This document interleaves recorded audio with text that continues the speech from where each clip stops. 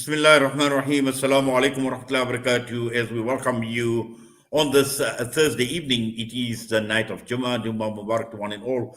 As we welcome our listeners, our viewers on the various platforms of Salam Media. And this is a special broadcast that we are bringing to you on this Thursday night. And we know right across the world and in South Africa in particular, there has been a huge interest over the years with regards to the case of Dr. Aafia Siddiqui. In fact, I get asked this question over and over again from many people wanting an update regarding Aafia Siddiqui. Just the other day, I bumped into someone, and this lady mentioned to me that every salah that she reads, she mentions Aafia by name, making dua for Aafia Siddiqui. So this is a level of concern that has been expressed right across the world and in South Africa with regards to Dr. Aafia Siddiqui. But for one moment, let us sit back and let us just think, what has it meant actually for her family in the last 20 years?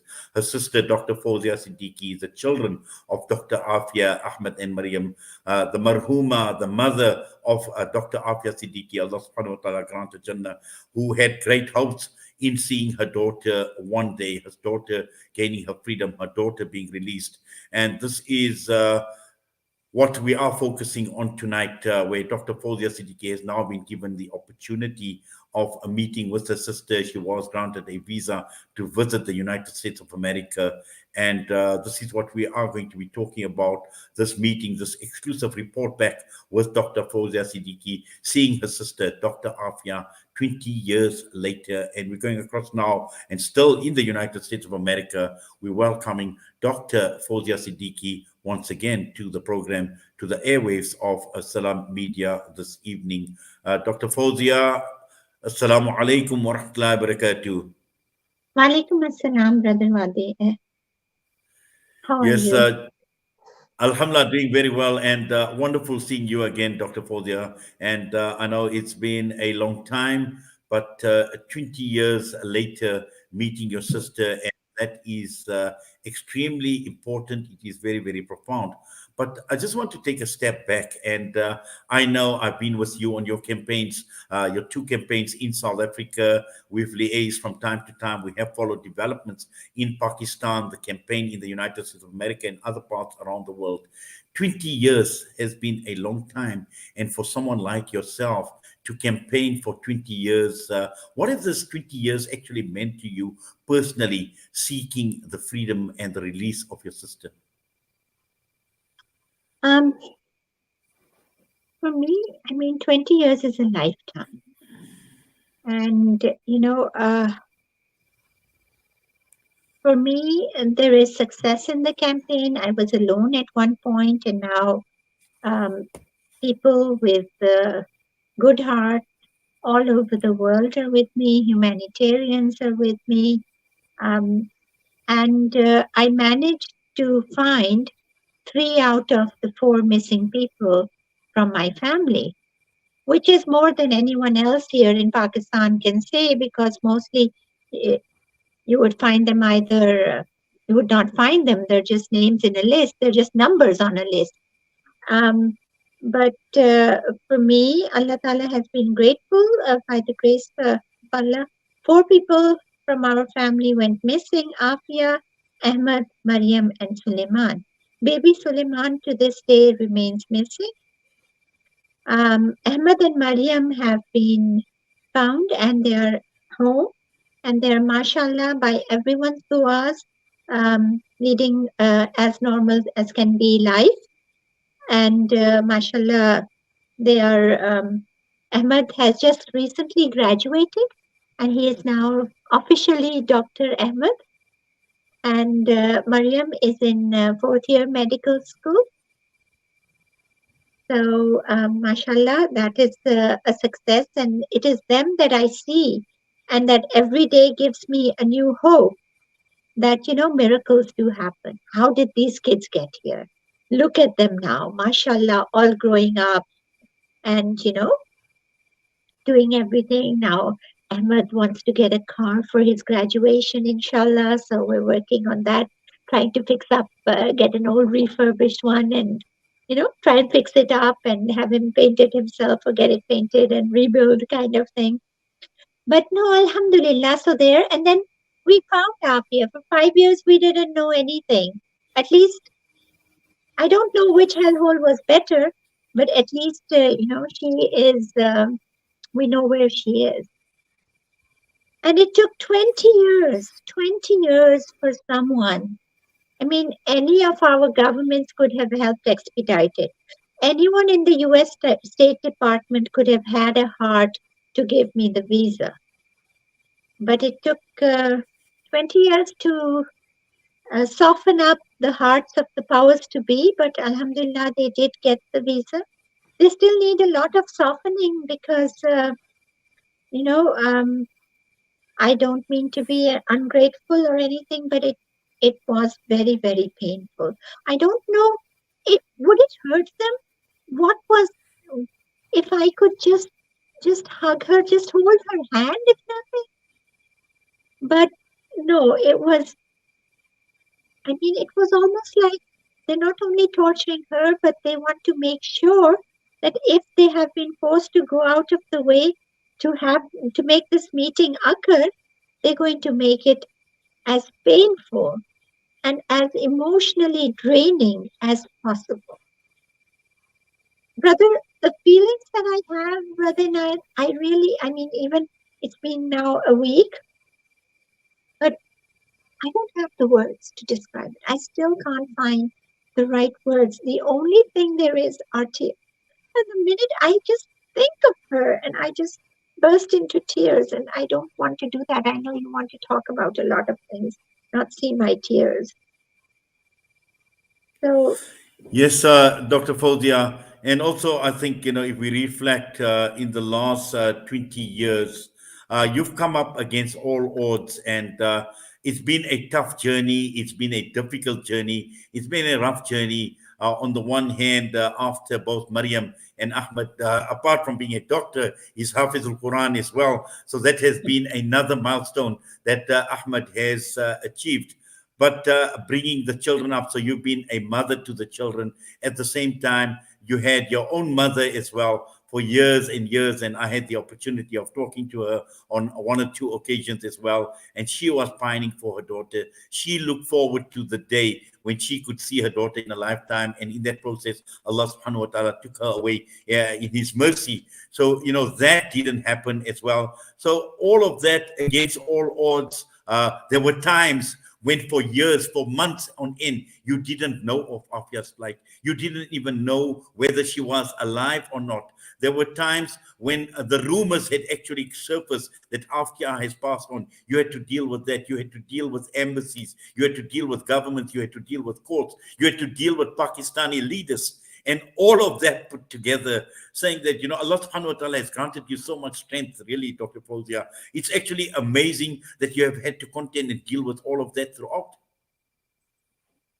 Brother Inayet, this is everyone's du'as. As you said that you met a sister who said that she takes Afia's name, and it's all these du'as. It is all this support that has given me the strength. Every time I think I go to the leaders, I go to the politicians, and I talk to them, and it's the same thing again and again. And then I get discouraged, I cry, and then I just think of our Holy Prophet Muhammad sallallahu alaihi wasallam. And when he was in the right and he was, conveying the message, people called him by all kinds of names.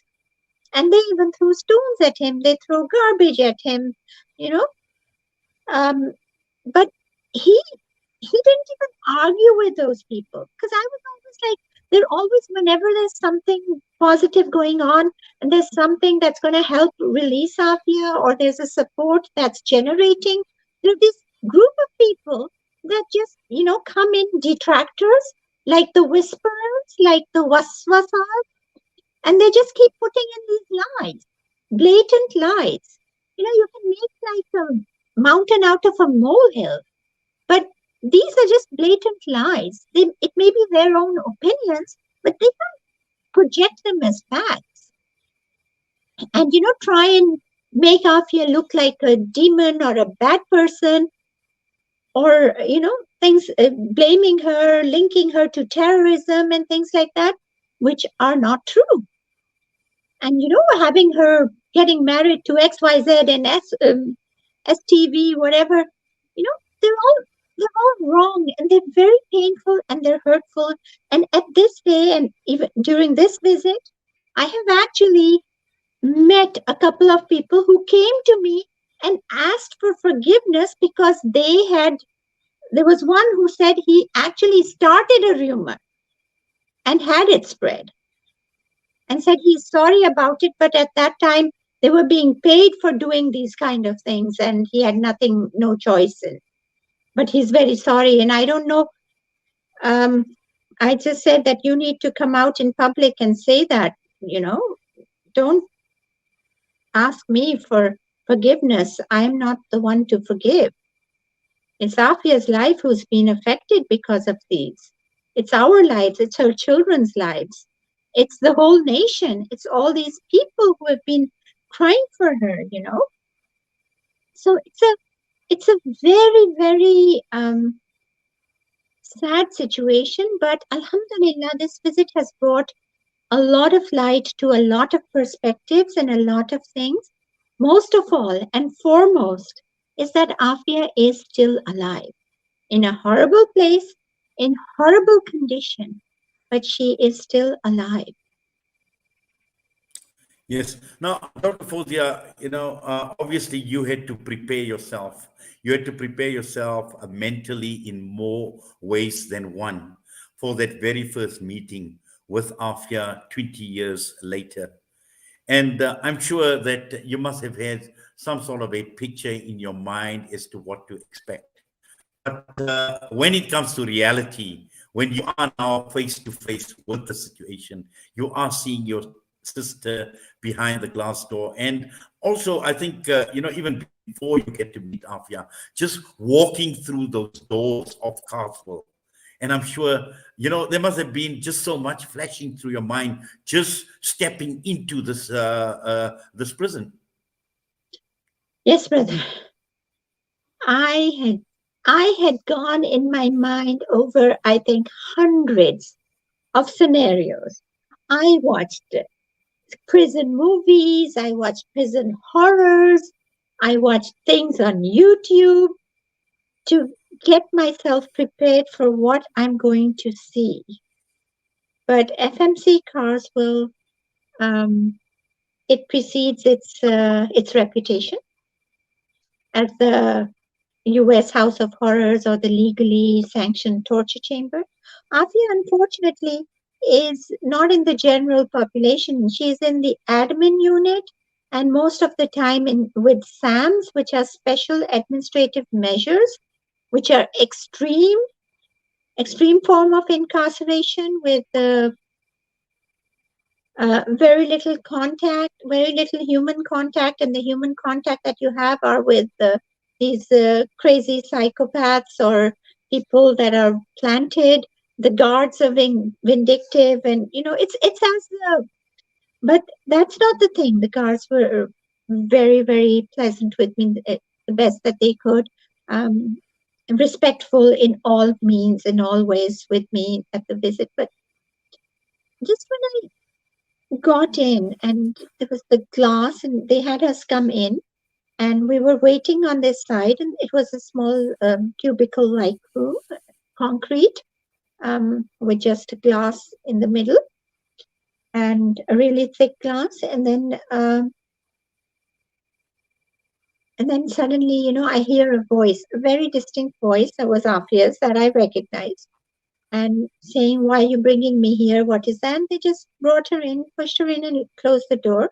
And there she was standing. She looked towards the window, the glass, and she saw me. And I couldn't hear what she said because you have to talk on the phone to hear. But she just, just approached the glass like this. And I just saw that. And when I saw her face, I was just staring at it. And as she came to the glass, I also went to the glass. And for a moment, we forgot that there's something in between. But then reality struck. But, brother, I did not recognize her voice, yes, but I was just looking at this. This is my Aafia. This is my Aafia. This, I mean, I don't know what she was saying. I picked up the phone and I really, she did say, आप तो पहले से भी ज़्यादा पतली हो गई हैं. But other than that, and she was asking how is everybody and that, but all I was doing for a while was just staring. With this, it looked, to be honest, it looked like they pulled out a skeleton from the grave and just put some skin and, some skin and put eyes in it. That's it. What sort of Her teeth were reaction? gone.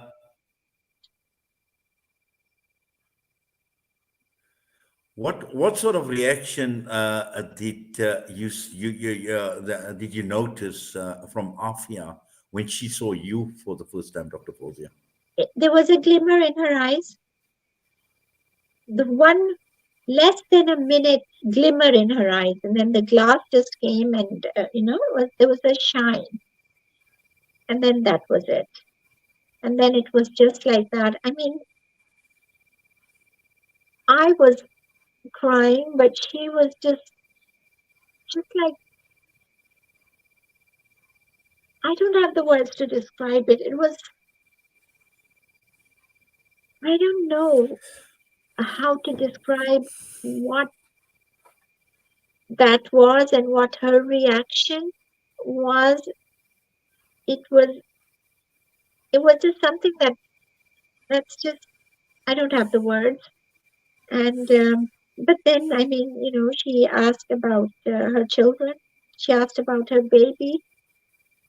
I evaded the question about the baby, and I said, first of all, let me tell you about Ahmed. Listen about Ahmed. And she kept coming back to the baby, and I kept going back to Ahmed, and I said, he's a doctor now, and she says he's 6 years old. So she was frozen in time for a bit, and then she's like, oh yes, it's now. So now he's become a doctor. So I did understand that. I mean, I'm a trained neurologist, and I mean, even then it was very difficult for me to say how traumatized she was. And the main trauma was taking her children away from her. And the baby in her lap. Those little children, Ahmed and Mariam, being snatched away. That was the frozen in time, the trauma that was the most devastating. That is the hollow and the lifelessness in her eyes that you could see. There was no twinkle, there was no shine. It was just like what we call in Urdu zindalash, like a corpse sitting in front of you. A corpse that is alive. Yes.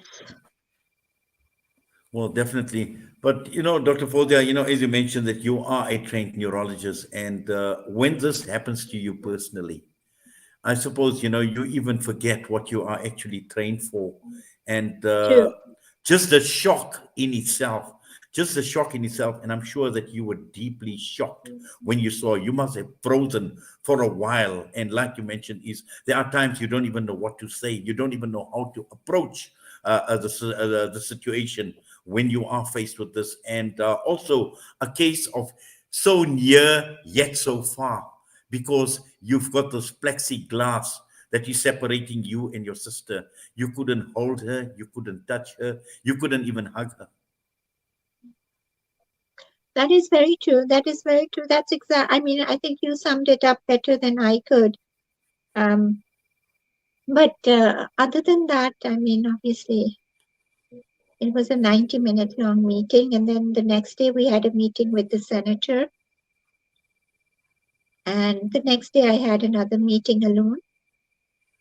The good thing was I could get some money into her commissary, which she got and she was able to use. So that was a good thing. She actually even said that she bought some tea because she liked tea, but in the prison, all they get is a coffee, and since her money that we were sending, God knows, was going where. So this money that I transferred immediately, the next day she got it, and so she was very happy about that. She said she got a 6-pack of Dr. Peppers and cans, and she distributed those to the other few prisoners in the admin unit. So that's Afia. I mean, she gets something, so she has to share with everyone, but that's who she is. Well, even in that state, Dr. Fouzia, you mentioned the term Zindalash, and even in that state, and we know Afia, and when you had visited South Africa, you always spoke about the type of person she was, how caring she was, even for animals as well, animals in distress. And, that quality of hers, and saying that, distributing things amongst the fellow prisoners as well. That's still that quality she still has of being generous and being caring for those around her. Oh, yes, not only that, I mean, with the senator, she also recited some of Allama Iqbal's poetry, and the senator also recited some that he knew. And so they had a good poetry exchange. And he was mentioning an ayah from Surah Maryam, and I think he got it a little wrong or something, and after recited the whole ruku, from the surah, and said this is how it is and this is the context. So as far as the Quran goes, and when it comes to her children, the past, when she talks of them as a baby, when she talks about Maryam, and how she would just be clinging to her, and what a clingy baby she was, and how she must be coping, and does she miss me, does she even remember me, and she said maybe it's better that they just forget, and things like that. And but she would come back to asking how Ammi is, and I would just, every time she asked, I would say, Ammi gave you a message that you're not to lose hope, you're to hang in there, and inshallah times will change, and inshallah whatever happens, it will be for the best. Ammi said she is watching over you now, and she is closer to you than you can imagine. And I would just say things and say, you know Ammi always does a hisar around you, so you will always be safe. And she used to do that. I try to now, but and just things like that. And then she would say, okay, can you tell Ammi to not worry about me and her health. So Clive, our lawyer, he slowly, gradually was breaking the news to Afia that she's very ill these days, and that's why she couldn't come, and she might not be living for long, and that. So for the next visit, inshallah, we're going to slowly break the news to her, probably. But this time I couldn't. I just couldn't not talk of Suleiman and not talk of that. But Suleiman, Afia herself said that she thinks he's dead because she saw him in a pool of blood. Mm. Now, also, Dr. Fodia, we've heard obviously some of the feedback that has come through where Afia herself made an appeal to, and she didn't mention the word prison or jail, and she says, "Take me out of this hell." Yes, she said that to the senator. Yes, she asked me when I said, and she specifically, I said, would you want to give a message or something? I said individually, for Ahmed, for Mariam, for my children, each one by name. I said, okay, they have messages for you. Let me give you their messages. So I made, like, first I had photographs, which they said you can't take. So what I did was I made collages of Afia and her children. So starting from where she left, like the picture you have on screen, and then going up from there and showing how they've grown every birthday, and that's a 4 or 5. But I wasn't able to show that as well either. So that was the sad thing. And but so she asked me, how bad is it outside? The political scenario in Pakistan, here in the US, how bad is it? Are there any Muslims? who really care? Or are there any people who are there? How bad are the human rights now? So I was like, no, I don't think it's that bad. But yeah, Pakistan, I tried to tell her something about the political scenario that, right now the Prime Minister is Shahbaz Sharif and that, and she was like, oh, I mean, the political side she was not able to get. Then I realized that's not what she's asking. She's actually asking about her Muslim brothers and sisters. How bad is it for them that they can't even, for years, for 5 years, nobody could put enough pressure to get even a phone call to her? And she also, the good thing about this visit was she told me she never refused to talk to any of us. The thing that the whole last government of ours kept saying, that Aafia doesn't want to talk, is such a fabricated statement. Well, certainly, and also I think Dr. Fouzia, the fact that there is just so much she's been saying, but she does remember a lot, and this we can attribute to the her being the Hafiza of the Quran. And once you've got that knowledge of the Quran, being the Hafiza of the Quran, you mentioned that she recited the entire ruku of Surah Maryam as well. That tells you that Allah Subhanahu wa Taala, and we hear this over and over again, especially those that have the knowledge of the Quran. Allah Taala will take away their body, but that memory will still be intact. And that is encouraging, I suppose, to note that she still remembers so much. Oh, yes. Oh, yes. She recognized me. I was the one who had the difficulty recognizing her.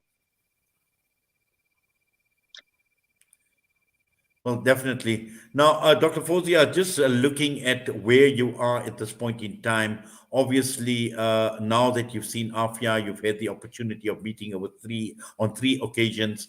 I had the opportunity of talking to the lawyer quite a while back as well, and he was very, very hopeful. And obviously, the struggle still continues. What are some of the challenges at this point in time from a So, legal perspective? from a legal perspective, there are three prongs that we have to approach, right? One is to make Afia's living conditions better, get her out of SAMS and then out of the admin unit so that the next visit is without the glass. And, to make sure that she's getting her commissary money and that she is allowed, books and all. All prisoners are allowed to get books. They should have a locker in which they can keep their things so the other prisoners don't snatch them or take them. So she should get all those rights. She should be allowed the freedom to be able to go and make a phone call and not being denied that, and to be able to do that safely without being harassed or molested. So those are, living conditions. But then the second prong is the legal approach. So we have to go into the appeals and if, the prison doesn't do as it's supposed to do, suing the prison and getting all those things and get Afia medical treatment. Meanwhile, we have to get her back to Pakistan. And so that is going to be on the diplomatic and the legal channels together. Obviously, it's two countries. Pakistan has to stand up and show for once, this new government, new chiefs of staff, new establishments, and all have to show and to prove to the people that they are our actual defenders. So they need to show that, the time of selling daughters or sons has ended, and now a new era has started.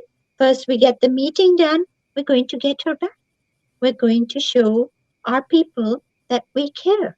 So that would be the perfect thing for our government and establishment to take a stand on. And I'm sure the people will, really appreciate it, and we obviously will. And I think that will make them the true heroes of this century. So that is something that Pakistan needs to do its part. It has to work alongside our legal efforts, and only then this is going to be possible. So we need our Pakistani government, we need everyone to humbly request Be some sort of a to context. There the we go. Okay, Dr. Fouzia, sorry, we lost you there for a minute. You can continue. yes.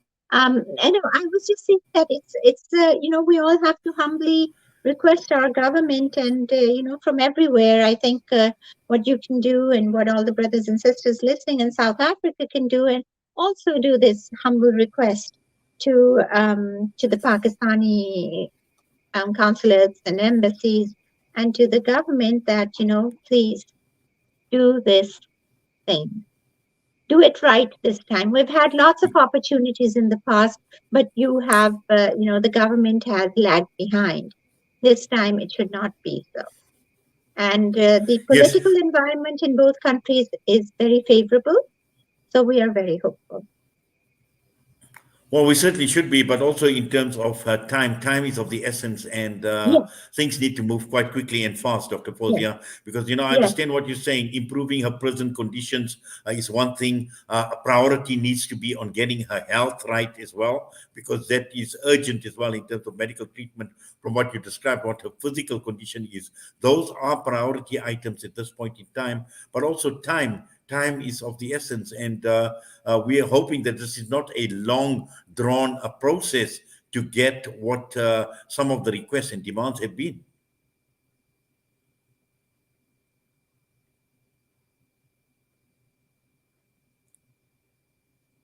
Yes, Dr. Fouzia? yes. You got cut off a little bit, but from what I understand is that time is of essence, and I agree totally. And I'm very, very anxious, and I've been meeting a lot of people over here, and they're trying to see how we can expedite this whole process. Inshallah, as I get back to Pakistan, um, I will be meeting with the people there, and we may need to go back to court if things are not because we were, we have asked for some documents and all, which we still haven't received. Um, so let's hope that we can expedite those things. Yes, I just want to ask you one question. The prison authorities, how accommodating were they during your visit? Oh, both at the prison and here at the airport and at the consulate, they were all very accommodating. They were very courteous, and I'm very grateful and thankful to them for their courtesy. I just hope that they continue that on a humanitarian grounds and help get Afia out. And also, what does this do for the campaign now, for the Free Aafia Foundation, the campaigns right across the entire world? Because I suppose that would give it some impetus as well. And I'm sure that many people in Pakistan, the news must have already filtered out into Pakistan with regard to your visit, with regard to your observations, with what you have basically experienced. And I suppose a lot more pressure, hopefully, will come from Pakistan first, but also from other parts around the world. Yes, exactly. The Free Afia movement in Pakistan and globally um, have been recharged in a way. It's given them hope. It's given us all hope. It's opened a ray of light into the dark abyss that we've been struggling. And they all want to, try and get this done as soon as possible. So we're hoping that this time we'll be able to do it right at the right time. We pray to Allah that He guide us every moment. We don't miss this opportunity and we don't fail. I Well, can't just, certainly. for me, just leaving her behind and going back to her children. Will you be able to see her before you leave? I mean, I actually had extended my visit hoping that it would be possible, but no, I think it's going to be in July, end of July, the next visit. Yes. Well, Dr. Fouzia, in fact, I'm just looking at some of the comments, and the Ali Maksud says, I am ashamed that I am Pakistani and I can't do anything for the daughter of Pakistan. And I suppose, there are so many people saying that the Taliban demanded for Dr. Afia as she's a Muslim citizen, but ISI didn't. God save us from the ISI and Pakistani army. I am ashamed as a Pakistani. This is really heartbreaking. And these are the sentiments that many people right across the entire world and many in Pakistan are actually, talking about, but they're also feeling, because at the end of the day, it is about a Muslim sister, it is about the daughter of the nation, it is about somebody's mother, it is about somebody's daughter. And this is the reason why people actually feel so strongly about the Aafia case, because this actually stands out. And I see Clive Stephen Smith writes, Government of Pakistan, you owe her honesty. Aafia and I spoke today about how she needs to know whether her infant Suleiman was really killed when she was originally abducted. So these, Dr. Fouzia, these are all answers that you as a family are seeking. These are answers that the world that seek justice against all forms of oppression are actually seeking.